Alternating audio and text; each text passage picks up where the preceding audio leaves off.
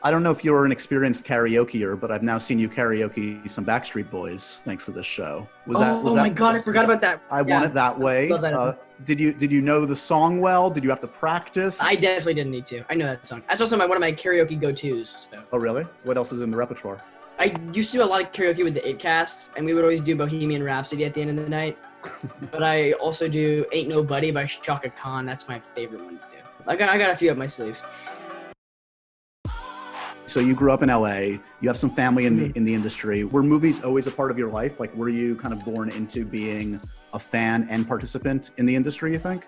Well, there was no like outlined thing, like this is what you're gonna do. It was just like my dad showed me a lot of movies when I was young, movies that I probably shouldn't have seen when I was 6, like Goodfellas or whatever. But I fell in love with it. Like I fell in love with watching movies and like escaping and just like watching these stories being told and just like these people playing pretend. And I was like, I want to. That's like obviously what I want to do. Like I want to be Indiana Jones. I want to be Indiana Jones. I want to be Batman or something. I would like act out these things that I would see in movie school, and I would get in trouble. Like I do, like I don't know, like a scene from a Scorsese movie at school when I was like in 3rd grade, and then get yelled at and then get suspended. But then I found musical theater.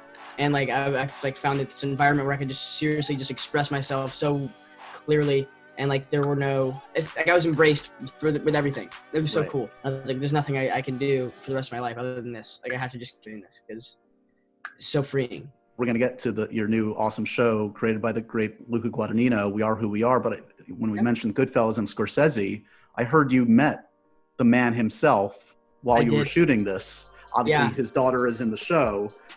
So did you hold back your admiration? Were you quoting Goodfellas lines? Absolutely not. No, I went like full throttle, and I was like, I love you so much. You're God. You're God. And like, and I didn't say that. I didn't call him God. That would be insanely intense. But no, I was like, dude, I didn't call him dude either. But I was like, Mr. Scorsese, I love you. I see every single one of your movies. I'd say I'm your biggest fan of all time. It's like, well, thank you. That's really cool. I think you're really good at the show too. But then I had like a lunch with him or something, and I got to talk to him.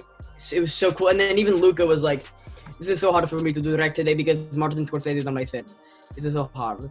She's like, "It's like having like Picasso at your art exhibit or something." Right. It's so much pressure. I love your Luca Guadagnino impression. For those of us that love movies, Luca Guadagnino is just the man. He obviously directed the great Call Me By Your Name a few years ago. Talk to me about what your audition was like for this. I mean, you know what you're going in for. Were you especially nervous because of who was behind it?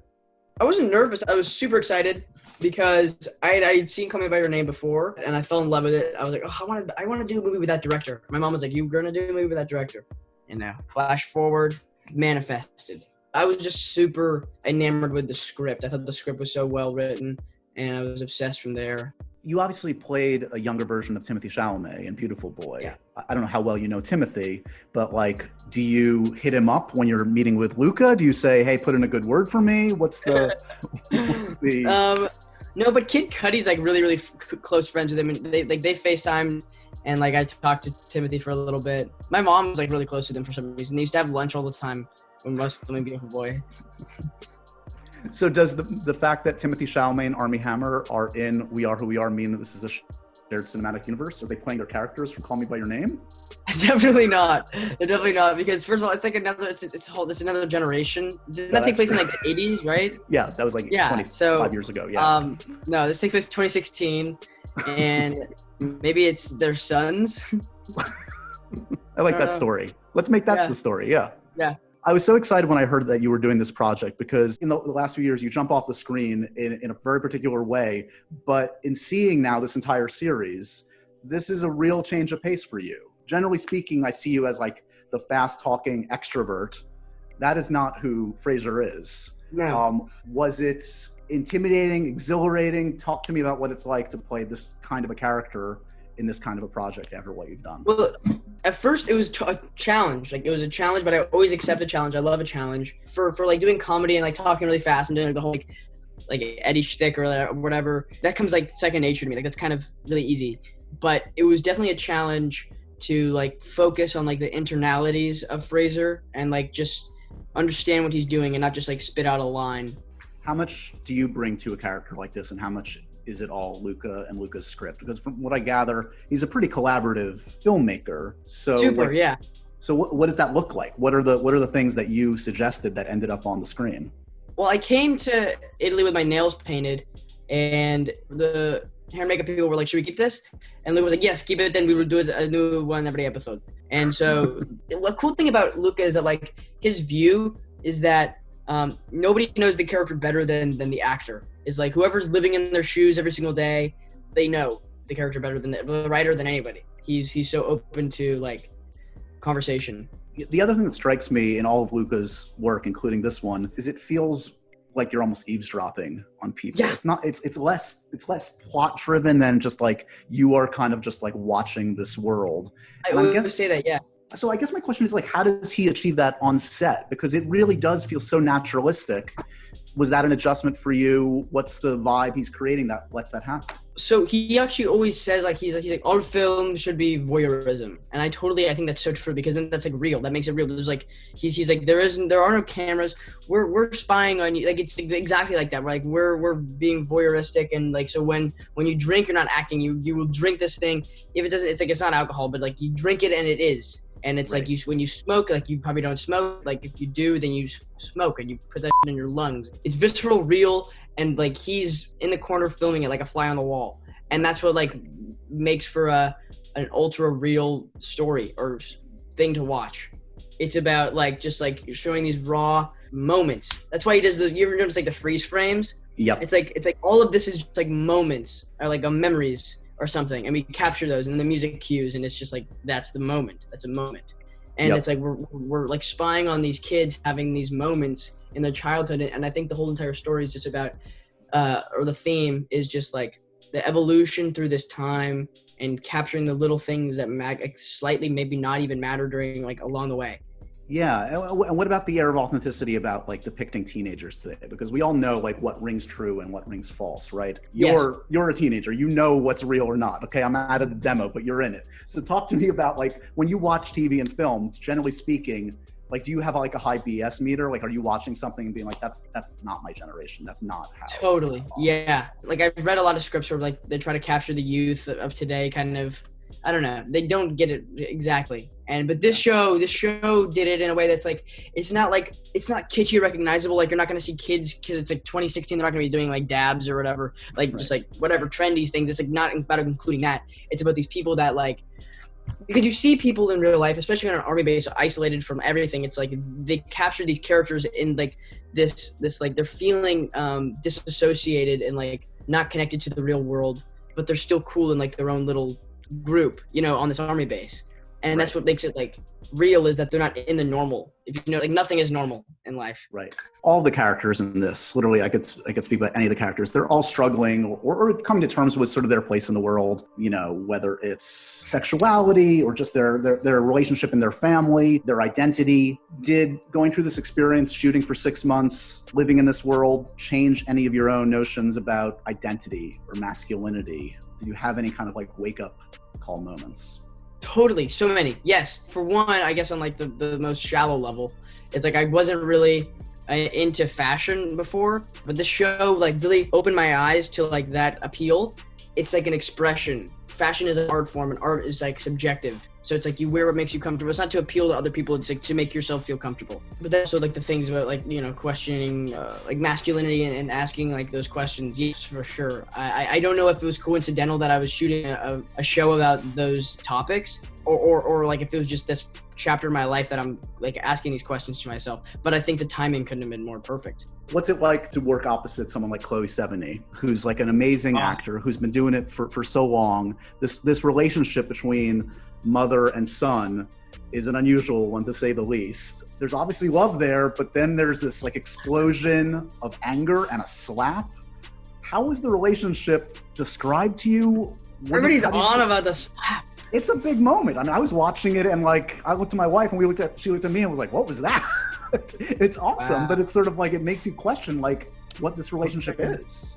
It's tough to put a finger on it for anybody. Luca described it as like a weird like marital relationship kind of. Yeah. Like it's not sexual. It's very like it's just like there's like this dynamic of like I want you but I don't want you, and if you were with anybody else I would be mad at you for being with anybody else, but help me. and like they rely on each other, but Fraser resents her. Fraser resents her because he has like the absence of a father figure in his life, and he feels like the angst that he's feeling is derived from that, like that because he just had two moms. But that's maybe not where it's coming from. It's just like he wants to experience a father, right? Even if he doesn't, you know what I mean? So like, he takes that out on his mom. I think she understands, so that's why she's kind of submissive to him. Your co-star Jordan, you cut her hair. Now, is that for real? It was. That's a lot of pressure. That's a moment. Talk to me. What was the discussion going into that? What was the moment like shooting that? We were nervous about, like, Luca was like, you have to laugh so much. You have to laugh when it happens. And he's like, I do not care if you f up the hair. You have to laugh. And I was like, what if I cut your hair and I don't laugh? We have one take to do this. Like, what if I like do a fake laugh and it looks bad? Like, I have to actually find this funny or something. So then, like, but then it was so natural. It was so natural because it's like, oh my God, this is like makes me laugh. I don't know. It's just like shocking. So it was so natural. How did she feel about it? Did she trust you? Did she? I mean, yeah, she did. She had to. But then afterwards, she was like, oh my God, I'm bald. I'm hyperventilating. I'm bald. and we're like, oh, Jordan, you're okay. It's been a super eventful few years for you. I feel like you've been around for a while, but really when you look at it, it's just been a couple of years since I know. Like, I guess probably the first time I spoke to you, most people spoke to you was for It. When you look back on the experience of the first It and chapter 2, like what jumps out? Like, is it the camaraderie? I mean, I guess the good thing about something like that is you get to go through with people your own age. Did that make a difference in going through a big film like that? We're just having so much fun. Like we were just like best friends, being able to live our dream, play pretend, and then like do the press stuff. And we had so much fun. We had each other, and the camaraderie was a huge element. What was the biggest difference in chapter 2? Was it that you grew like 17 feet? Like you grew like a foot between the films, didn't you? Yeah, Jaden had to stand on, what's it called? Like an apple box or something, or what? No, the things that Tom Cruise lifts. And it was different because like it felt like Bill Hader and Jessica Chastain and Jay McAvoy. Like it was their show, you know what I mean? But we were like still like, go off and go on your own way. And we're just like, bon voyage, and we're like finishing up kind of. But we all had each other, and you know, it was beautiful. It was so beautiful to go back and do that again. You've got another sequel coming up hopefully soon when this madness ends. Hopefully you'll be able to shoot the Shazam sequel. We know it's called Fury of the Gods. Do you know what that means? Has anybody filled you in? No? No, I know nothing. I know nothing. I haven't seen a script. Zach hasn't seen a script. Nobody's seen a script yet. So do you make any requests, or do you just leave it to the gods to determine what Freddy goes through? I wish I could make a request. Like, are you jealous that Adam gets to be in the costume? Yeah. I mean, but I think hopefully one day, like if we do a third one and like I look like Adam Brody when I grow up, it won't be a difference. Like I'll just like wear the costume. Right. Or maybe we could fix something and say like, oh, they find a potion that makes him look like themselves. I don't know. I feel like Freddy would have a good moment with The Rock in the Black Adam movie. I feel like we should make that happen. I would love to have a good moment with him. Yes. Come on. I know. That would be so fun. Oh my God. It's funny to think that so early in your career, you've already been a part of like a couple like ginormous franchises. What's the franchise that's eluded you? We got the Stephen King universe. We've got the DC universe. Where do we throw you into next? Oh, that's a good question. I'm trying to help you, man. I'm trying to manifest. Remember, I want to be Indiana Jones, dude. I want to be in the Indiana Jones reboot. I said I want to be Indiana Jones. You want to be, so you're not settling for anything less than you want to be Indy yourself. Only. Maybe short round, but probably Indiana Jones. Oh yeah, go for Indiana Jones. If you're gonna do it, get the whip, get the hat. You should just start dressing like that and manifest it that way. Walk around dressed like Indiana Jones. Just like walk into every audition and be like, I am auditioning to play this person. Those were the Indiana Jones audition.